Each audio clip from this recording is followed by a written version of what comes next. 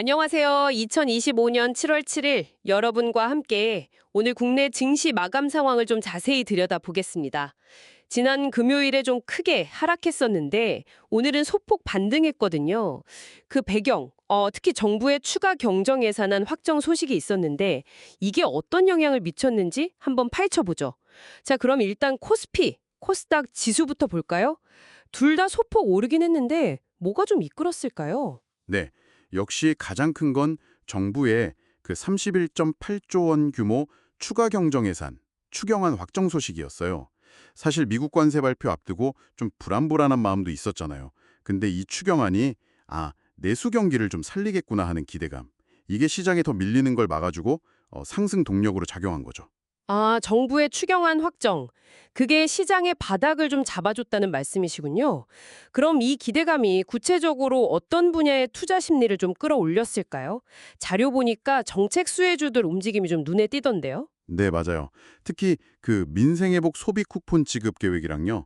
지역사랑 상품권 예산 늘린다는 소식. 이게 쫙 나오니까 지역 호패 관련주들이 정말 폭발적으로 반응했어요.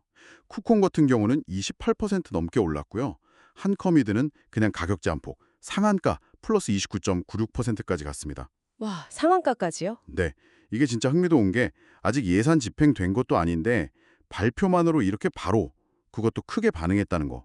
시장이 정부 정책 시그널에 얼마나 민감한지 딱 보여주는 거죠. 정말 그렇네요.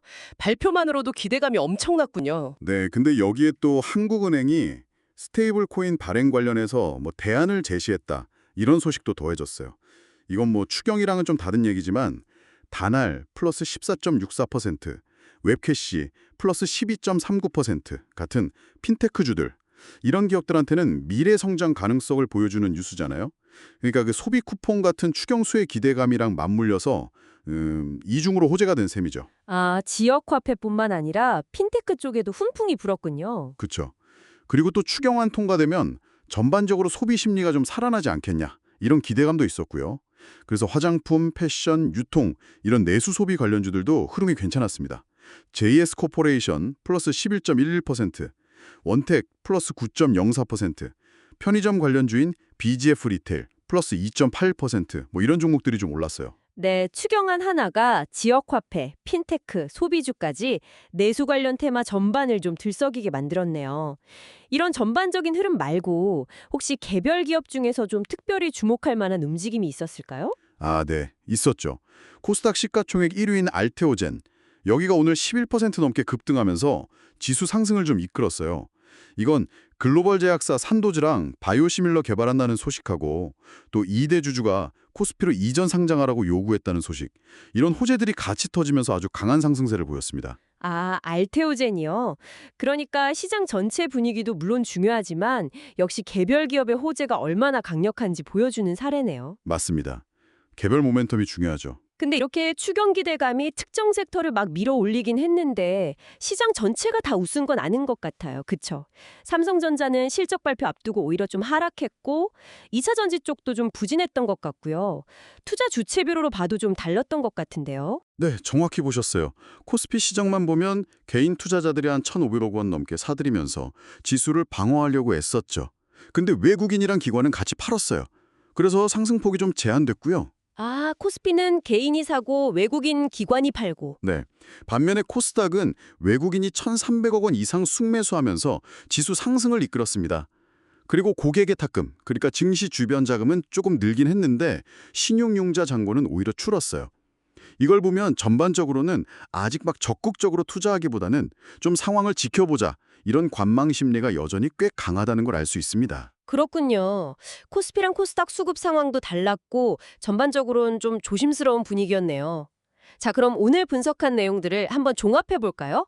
정부의 추경안이라는 이 정책 재료가 내수 관련주랑 핀테크 분야 이쪽을 중심으로 확실히 긍정적인 기대감을 불어넣었다. 이렇게 정리할 수 있겠네요. 네, 맞습니다. 그 점은 분명해요.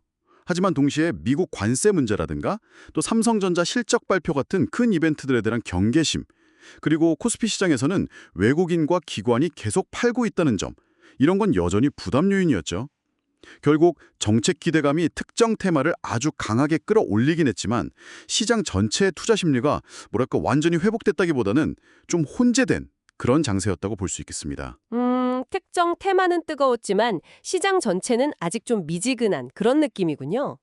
핵심은 정부 정책에 대한 기대감이 얼마나 빠르고 강력하게 특정 테마와 종목 주가에 영향을 줄 수 있는지를 보여준 하루였다. 이 정도로 요약할 수 있겠네요. 바로 그 지점입니다.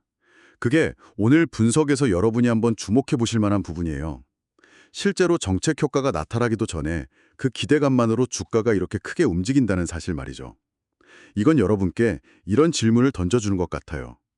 앞으로 정부 정책 발표나 심지어 관련된 그냥 소문만으로도 특정 분야의 시장 가치가 어떻게 매겨지고 또 주가에 미리 반영될 수 있을까? 그리고 그 기대와 실제 정책 집행 사이의 시간 차이, 이 시차가 어떤 투자 기회를 만들어낼 수도 있고 반대로 어떤 위험 요인이 될 수도 있을지 한번 깊이 생각해 보시는 건 어떨까요?